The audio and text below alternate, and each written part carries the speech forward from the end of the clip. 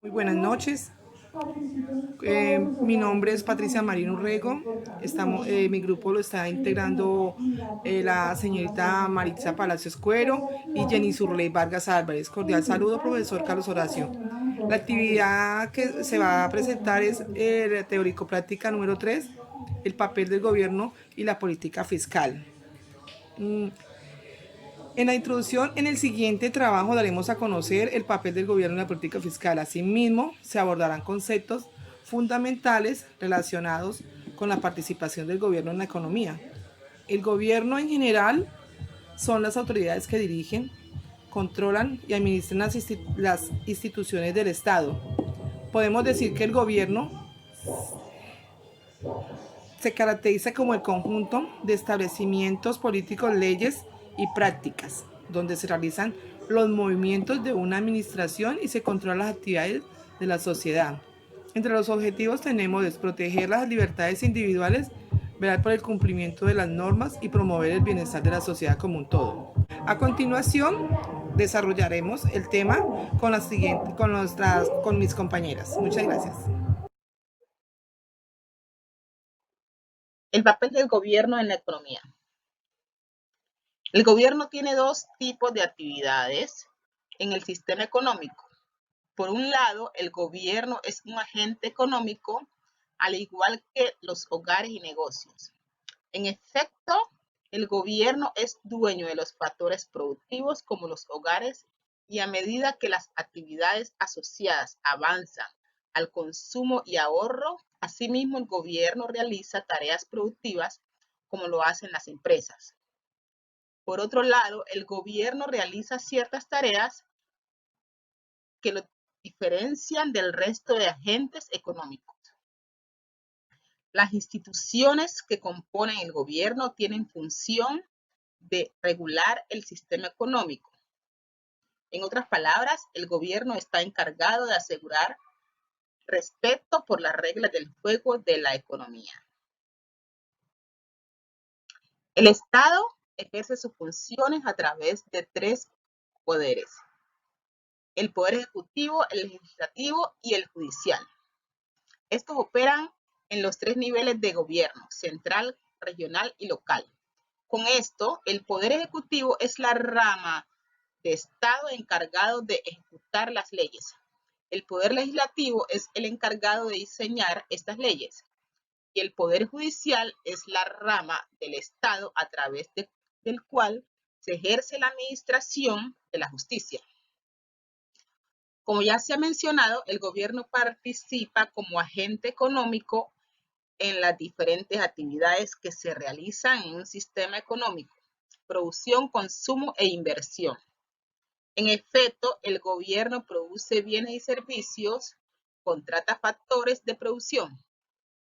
Hasta este punto hemos visto el papel del gobierno como agente económico.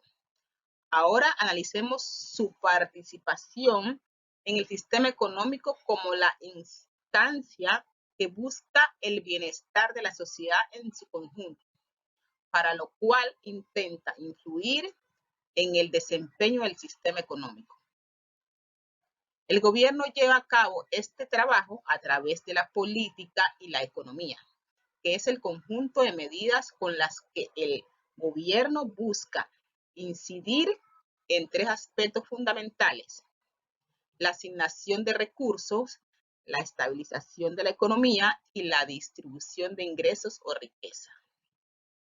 La estabilización de la economía se refiere a la búsqueda del pleno aprovechamiento de los recursos y control de la inflación. Bueno, el tema que tocaremos ahora son los ingresos y los gastos del gobierno. Los ingresos se recaudan más por los impuestos que por los bienes y servicios del gobierno. Los impuestos son gravámenes que el gobierno les cobra a las personas, hogares y empresas. Hay impuestos sobre los ingresos, que son los salarios y las utilidades; ingresos sobre los gastos, que son los impuestos al valor agregado a los y los aranceles; impuestos a la propiedad, que son la finca raíz, vivienda, edificio, servicios locales, terrenos agrícolas o herencias. Los impuestos a su vez se dividen en directos e indirectos. Los directos se cobran directamente al individuo y los indirectos que se graban a los bienes y servicios como es el IVA y los aranceles. Ahora vamos a hablar un poquito de historia. Vamos a hablar de los impuestos del nuevo reino de la Granada. El cobro de los impuestos es indispensable para cualquier gobierno, ya que le permite tener los recursos para sostener un orden institucional y brindar servicios a sus ciudadanos. Para ese tiempo, el reino Granada, los impuestos se le pagaban a la colonia española. Este recaudo no se destinaba a recursos públicos, pues a obras públicas, sino que eran utilizados para el sostenimiento de la burocracia española. Este impuesto era directo. Los indirectos recaían sobre las actividades económicas, como el intercambio de economías, de mercancías entre España y las colonias o entre colonias.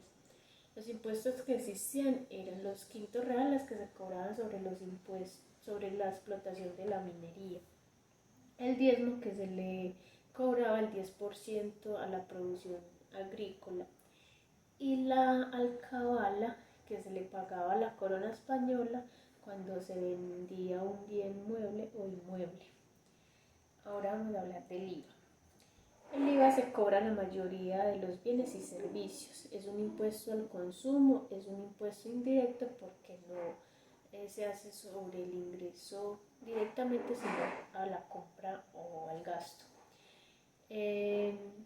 Este es criticado porque no se ve, no cuenta con la capacidad de pago de las personas.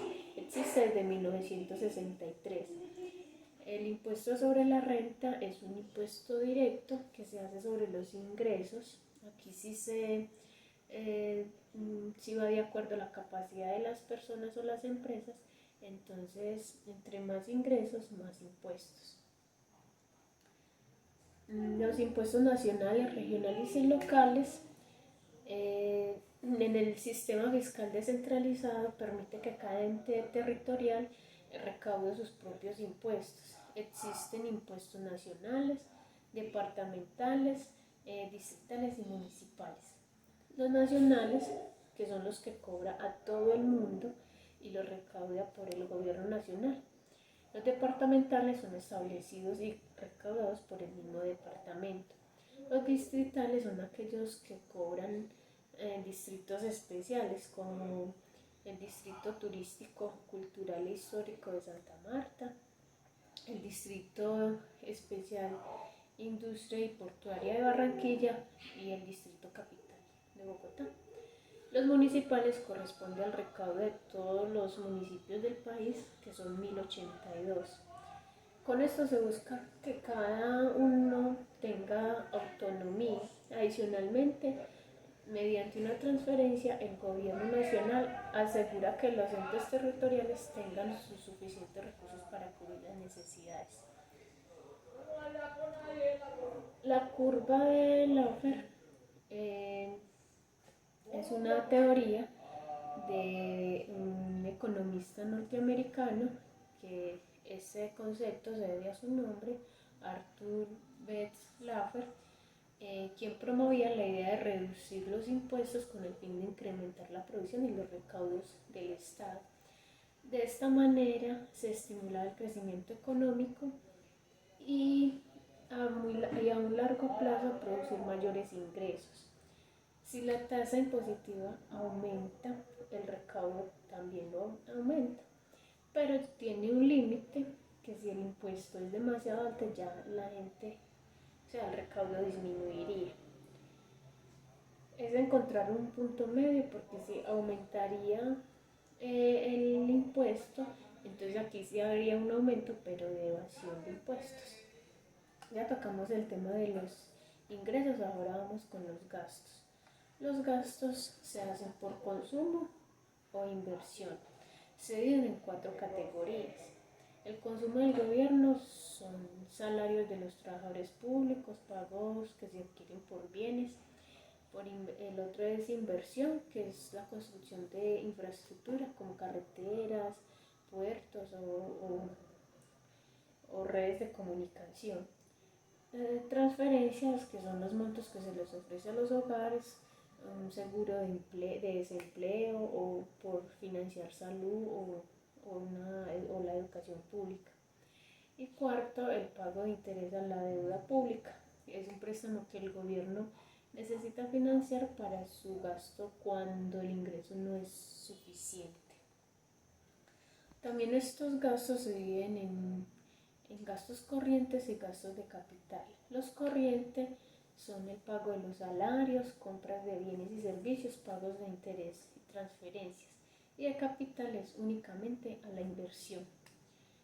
Entonces el balance fiscal es el resultado de la diferencia entre los ingresos y los gastos. Entonces se dice que cuando el resultado es negativo, se dice que es un déficit fiscal. Y cuando es positivo, se dice que es superávit fiscal. Entonces, cuando el resultado es negativo, se requiere de un endeudamiento. Y aquí finaliza mi exposición. Mi nombre es Jenny Ray Vargas Álvarez. Muchas gracias.